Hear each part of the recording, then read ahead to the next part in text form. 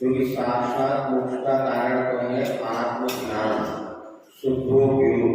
तीन प्रकार के उपयोग यानी आत्मा की परिणति होती है, एक अशुभयोग, शुभोपयोग और शुद्धोपयोग। तो हिंसा आदि पाप करने का जो परिणाम है वो कहलाता है अशुभयोग। जिन्हें भगवान की पूजा आदि करने का जीव दया का परिणाम ये कहलाता है शुभोपयोग। और दोनों को छोड़ के आत्मा का ध्यान करने का जो परिणाम होता है वो कहलाता है शुद्धोपयोग। तो जो ध्यान करने से आदिनाथ भगवान हो गए या महावीर भगवान हो गए, जिन्होंने भी मोक्ष प्राप्त किया, उन्होंने अंत समय में क्या किया? निःशुद्धात्मा का ध्यान किया। लेकिन जो ये तो शुद्धोपयोग की परिणति हो गई, लेकिन जो मुनि नहीं बन पा रहे हैं, जब तक गृहस्थ अवस्था में है तो या शुद्ध नहीं हो पा रहे, तो शुद्ध में अपने उपयोग को लगाओ। अर्थात गंदा कपड़ा नहीं पहनो, अच्छा कपड़े पहन लो।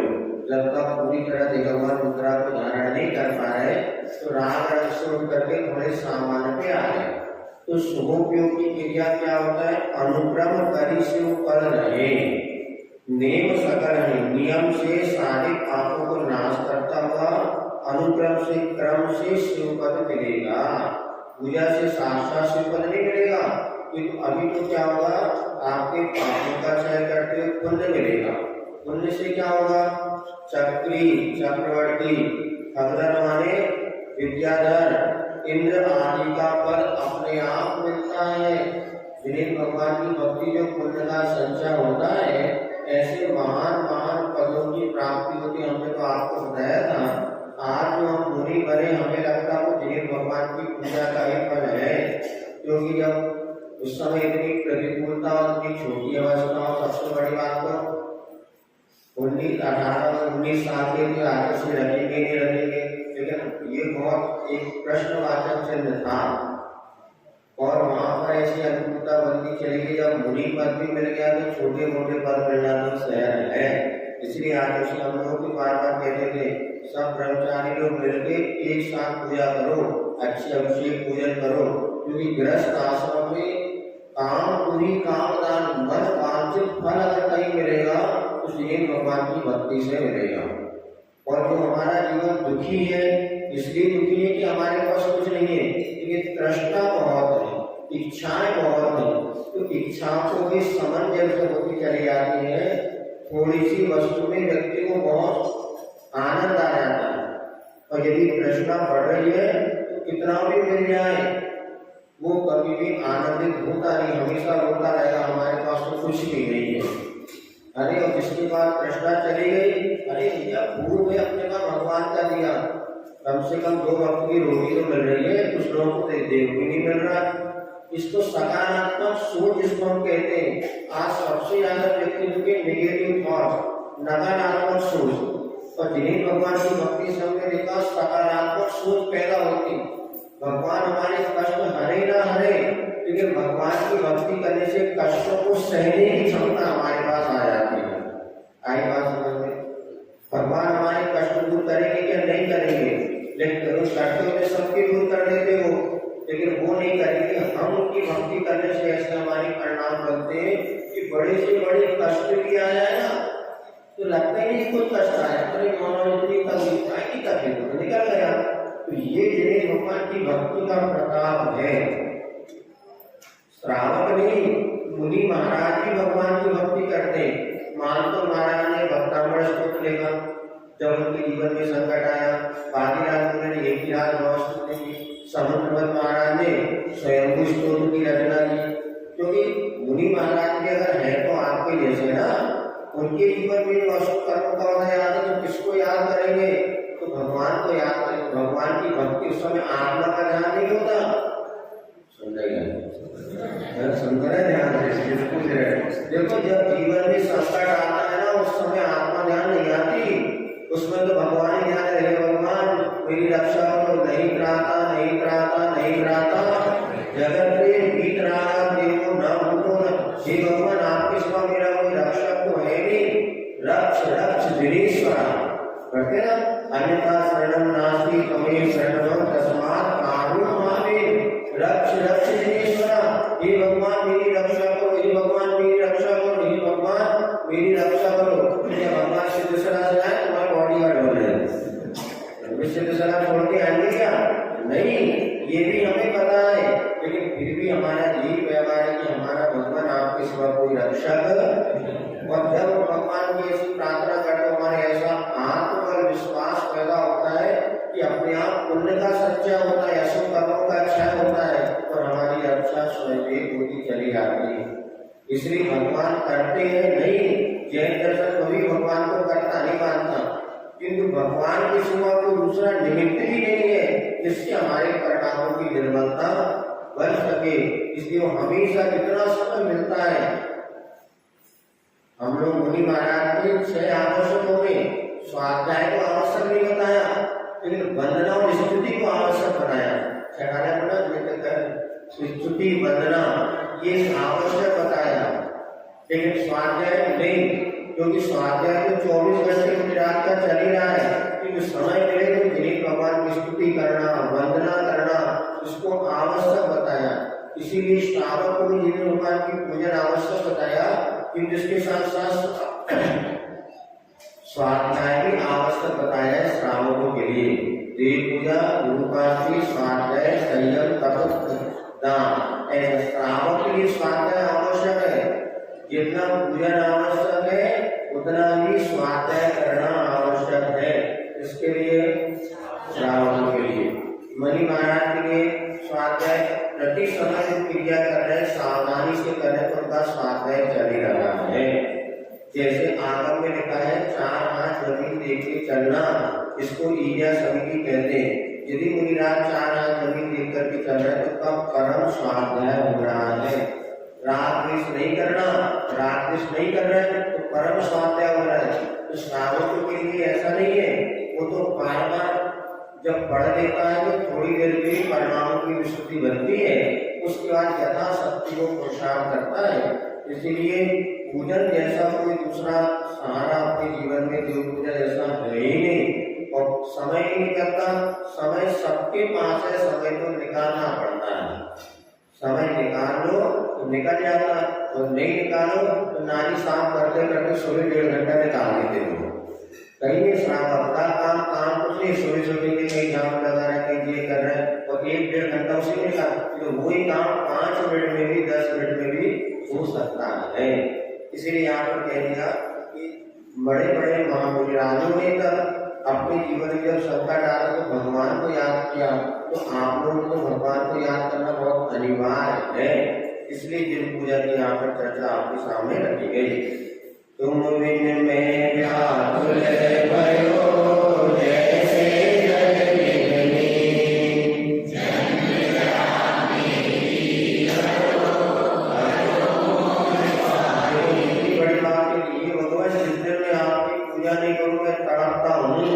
जैसे तड़पता हूँ, जैसे बिना पानी की मछली तड़पती है। देखा कभी बिना पानी की मछली तड़पते? एक बार देख लेना। ऐसी तड़पन तुम्हारे भीतर हो, समझ लेना तुम सम्यक दृष्टि हो, निश्चित तुम्हारा जल्दी कल्याण होने वाला है। तुम फिर कैसे तड़पना चाहिए? जैसे मछली तड़पती है बिन पानी के, ऐसे जिस दिन भगवान की पूजन न मिले, भगवान के दर्शन न मिले, गुरु महाराज न मिले, तो ऐसी तड़पन होती समझना ये सम्यक दर्शन का लक्षण। तुम में व्याकुल भयो जैसे जल में, और जन्म जरा मेरी हरो स्वाधी, मुझे स्वाधी बनाओ, मैं परतंत्र हूँ, हर क्रिया मेरी कर्म पर मुझे आप स्वाधीन बनाए, ऐसी भावना है। पतिते बहुत पावने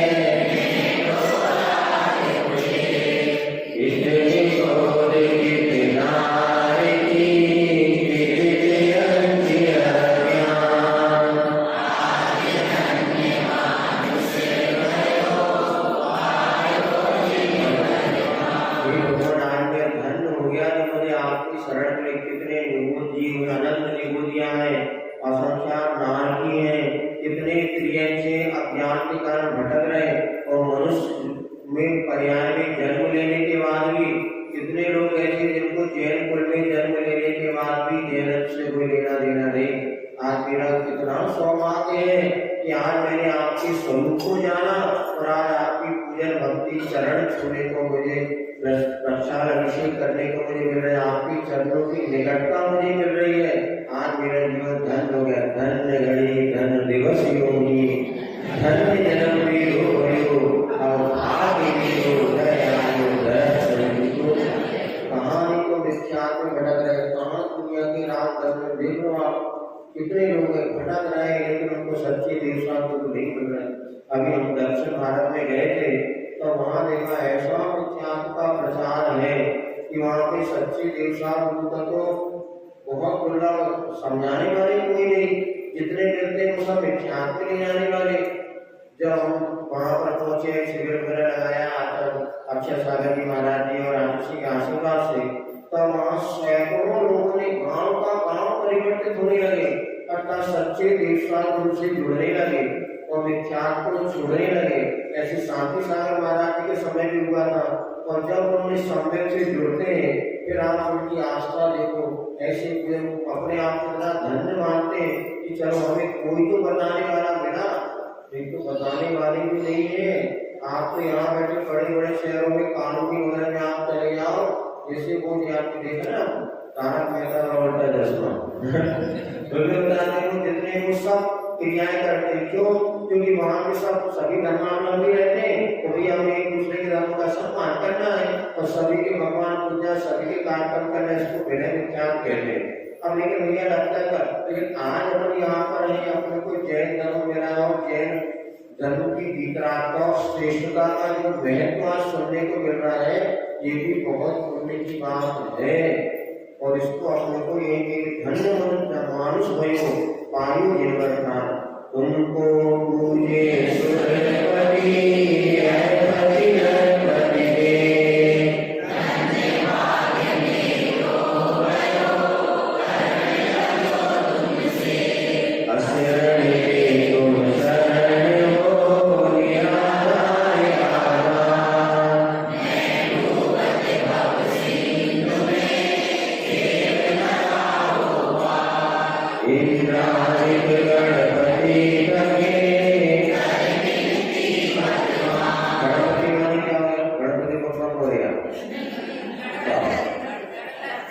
गणपति माने आचार्य मुनियों के जो समूह के नाम में कहते गणपति। अपने गणपति होने विद्यासागर जी महाराज ये गणपति है, वो गणपति नहीं, गणपति माने आचार्य जो मुनियों के संघ के नायक होते हैं, गणनायक, उनको गणपति कहते हैं। ये आचार्य महाराज को अपने गणेशाय नमः हम लोग भी पढ़ते, जब चौसठे दिनों पढ़ते ना गणेशाय नमः, तो गण के 20 जो आचार्य होते हैं उनको तो ये जो गणेश जी को कैसे ये प्रतीक रूप में बनाया है, जैसे सूंद बना दी। सूंद का होता है जो आचार्य परमेश्वर होते हैं ना, उनका समाज में बहुत मान सम्मान होता है, इसलिए नाम बड़ी है। और पेट बड़ा है, उनका ज्ञान अथाह भंडार उनके पास होता है, तो वो उनका पेट माने वो अथाह मोला खाते करता वो हमेशा अच्छे सब विचारों को अपने भीतर लेते, अच्छे मधुर व्याख्यान करते। तो वैसे जो गणेश जी वर्तमान में अपने हो रहे, कोई कल्पना मात्र है, लेकिन वास्तव में गणपति कौन होते हैं? तो पूरी संघ के नायक होते हैं। आचार्य परमेश्वर को इंद्रादि गणपति की आपकी स्तुति करते ही महाराज थक जाते, कितना भगवान करें। अपनो बिहार निहारी के भगवान आप अपना वैभव देखिए, आप कितने महान है, आपको मुझे अपनी मैं तो आपके गुणगान पूरे तो कर नहीं पाऊंगा, अनंत गुण आपने मैं कैसे कहूंगा, अब आप ही अपने जैसे महान है, ऐसे मुझे बनाने को और कुछ नहीं चाहिए। जितने गुण आपके पास है मैं तो कह ही पाऊंगा। आपको मेरा ध्यान रखिए, आप अपना वैभव देखिए, आप अनंत चतुष्टय ज्ञान दर्शन जैसा आपके पास है, वैसे ही मुझे अपने समान बना लो बस, और मुझे कुछ भी इच्छा नहीं। कौन बना ले अपने समान? भगवान। तुम्हारी एक सुरस्य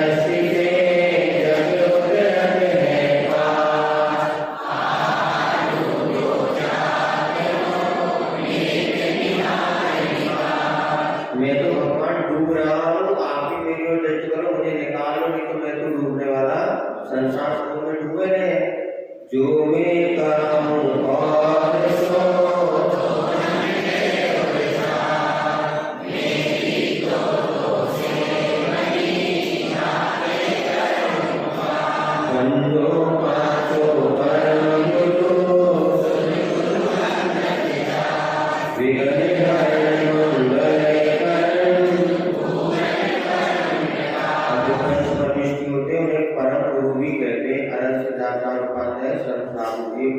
परम गुरु माने जाते हैं। इनको सुर गुरु माने देवता बृहस्पति भी इनकी वंदना करते हैं।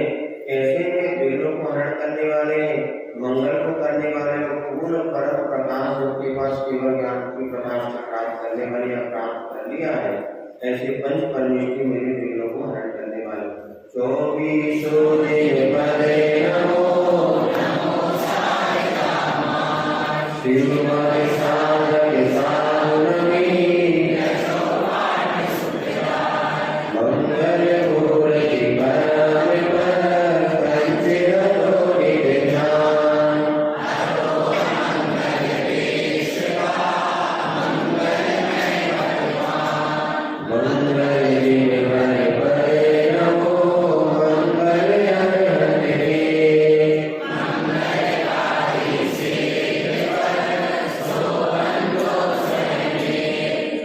मंगलाचार्य मुनि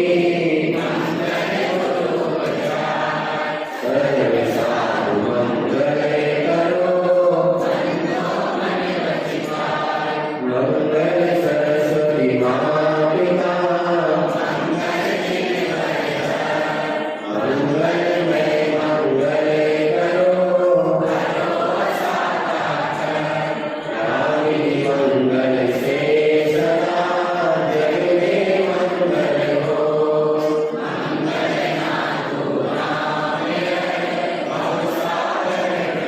इस प्रकार से विनय पाठ ग्रंथ में नाथुराम कवि के द्वारा जो रचना है उनका नाम आ गया।